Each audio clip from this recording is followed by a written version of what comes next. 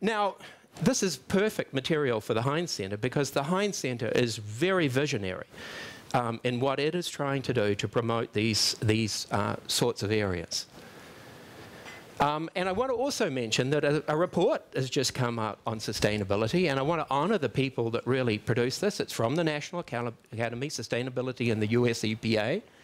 And 3 people, unfortunately Paul's not with us, but Marina Moses of the National Academy is here, and the chairman, Bernard Goldstein, of the development of that report is here with us today, and Bernie is from that wonderful city of Pittsburgh. One of the things that report does is emphasize that American leadership has been critical with sustainability. And actually, it's not just environmentalists banging tables or whatever, although I don't think of environmentalists that way ever.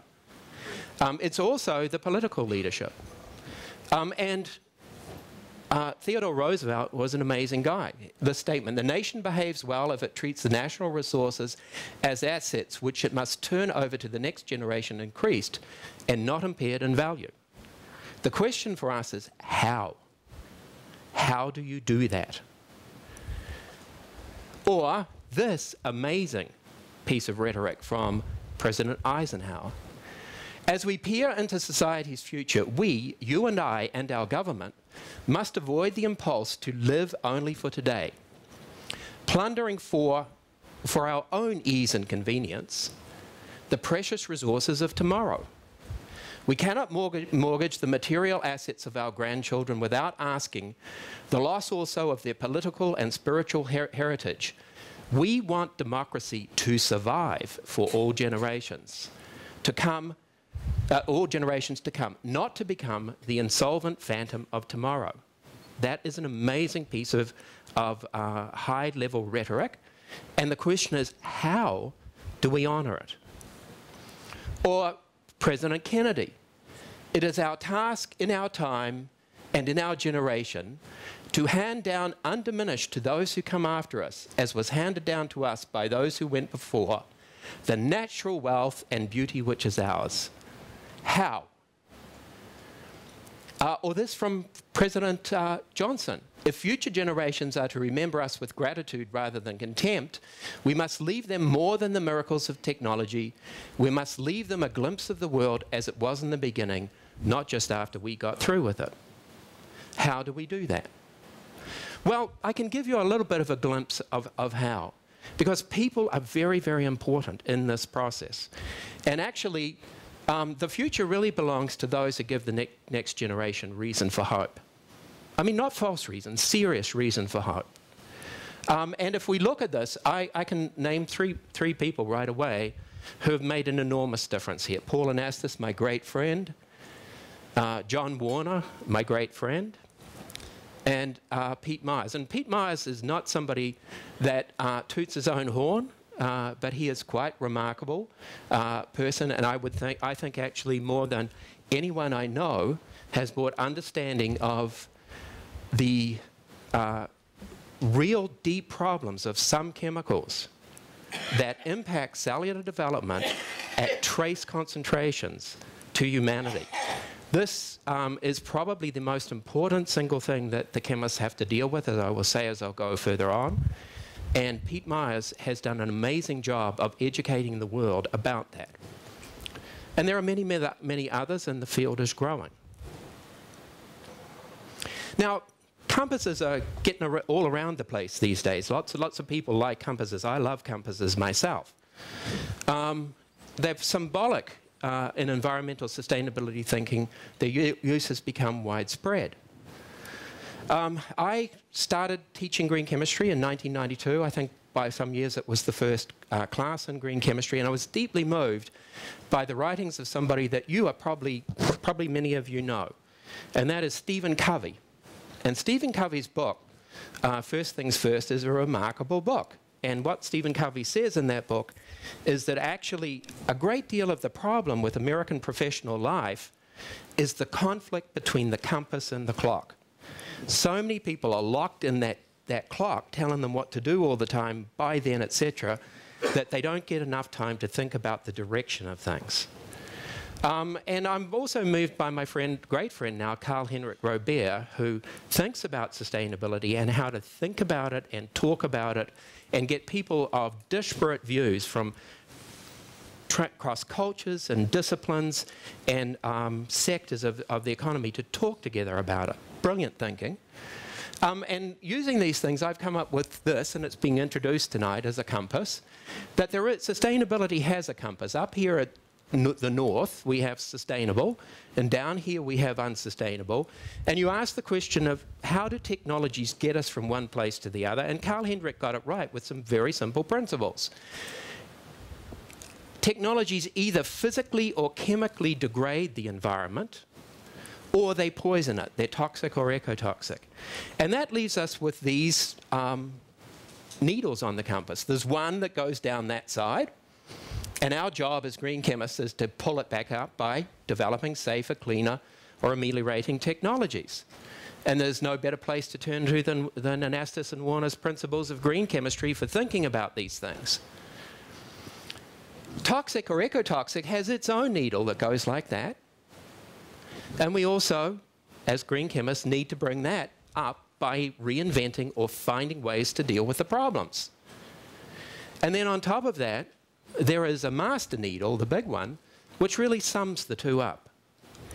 And it's always going to be, if the orange needle was pointing directly due north, then it would lie on the purple needle. But if it's not, it's just a little bit worse than the purple needle because both kinds of contributions are causing problems. This is a very valuable approach, I think, for comparing technologies. Because it's become apparent to me as I look at the discourse on big technologies that people have a great deal of trouble of thinking about one technology versus another and which one is better or not. And that just simply makes that point. And so we'll see this in a minute. These are the grand challenges for sustainable technology. We have really three great things we've got to do to achieve that sustainable future. First of all, we've got to have safe energy. And you look at that and you see a city of, you see a picture of the great city of Pittsburgh. And this is an amazing place. It's a beautiful city, and it's a tribute to human ingenuity and perseverance. But it's also the center of the Marcellus Shale gas industry.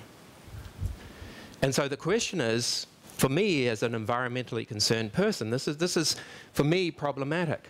And one of the main reasons we're doing is we're saying, well, it's not coal, it's better than coal. But actually, if you think about coal, coal's something like that. Between the amount of poisoning that it does and the amount of degradation of the environment, particularly the molecular degradation from CO2, it is not sustainable. Natural gas might be a little bit better, but it's questionable. Maybe it is, maybe it isn't. A lot of people think it is, but it doesn't point above the horizon. It still points, the overall needle still points very much to the south. We need to have other kinds of energy technologies if we are going to make it as a civilization. And so that brings us back to what the heck they might be. And let me just show you, that is a map of the epicenters of earthquakes over the last 35 years. You get it, we have about 10,000 a year earthquakes. Most of them are small and you never feel them. Every so often there's a biggie and you really know about it. Look at where they are. Think about Europe with all its nuclear reactors. Look at France. France is a black blotch with all its big reactors. Think also about Pennsylvania, which is not a white space either. And think about the thought of 40,000 wells in Pennsylvania, gas wells. What happens in 2200 when there's a big earthquake, say, and they break? Who's going to go and fix them? Because the gas pressure will still be there and they will be leaking. Who's going to be responsible for that? This is our answer. We have the answer. It's not theoretical. It has been done. The Germans are getting as much energy from renewables, particularly solar, as we are getting from coal, over 20%. And Germany has about the photon density of Pittsburgh. And Pittsburgh has a third of the photon density of Arizona, of Phoenix. And look at this. This plant is 30 gigawatt hours per year. Waldpont Solar Park. Where is that in Germany? Well, it's at a place that we have many of that we could do this in. It's at a former military site, military base. We have all these former military bases that we haven't got, that just land sitting there that we could turn into solar parks. Our good future is solar to electrical and solar to chemical. And we have two outstanding scientists working on exactly this here in the room. John Warner and Rick McCullough from Carnegie Mellon. Rick has started a fantastic company based on solar absorbing and emitting, light-emitting photovoltaic polymers called Plextronics. Renewable feedstocks is the second big area. You don't have to worry about this, in my opinion. The companies, BP put $500 million into Berkeley to push this. This is going ahead. We don't have to think much about it. The thing we really have to worry about is the hazardous substances, the third area. There are three really, this is where my group works, there are three really big ideas. Number one, mimic biology in terms of the elemental compositions of technology. If we make technologies from the same elements we're made of, you avoid nearly all the problems, because there are a lot of problems associated with us mining and refining strange elements that are not throughout the ecosphere and putting them everywhere. And that's the big problem with natural gas and the fracking solutions that come up from deep down in the earth that are full of all kinds of strange elements. The second is we need to eliminate persistent environmentally mobile chemicals. We get into trouble so much if nature can't break down chemicals. That's why we had the ozone hole, and there are many, many other manifestations of that. And the third thing we need to do is eliminate endocrine disruptors. Well, you know, it's not just the chemists. And another way to look at this compass is like this. When you have people in charge of powerful technologies, big existing ones, they're tough.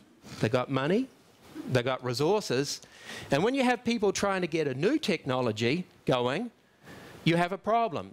These guys are pulling up on the back of the needle, and these guys are pulling up on the front of the needle. We need the guy on the right to win. We need them to win. We've got to do everything we can to make them win. This is marketplace competition. It's important. Scientific engagement's critical. It's absolutely a political tournament, and we should acknowledge that it is. And it's also a public opinion contest. All of those things are absolutely critical, and all of them need to be thought through if we're going to give the kids a sustainable future. Public education is of the utmost importance. That's why what Pete does is so incredibly important, and also what we're doing in green chemistry and education is incredibly important, as well as what everyone else is doing.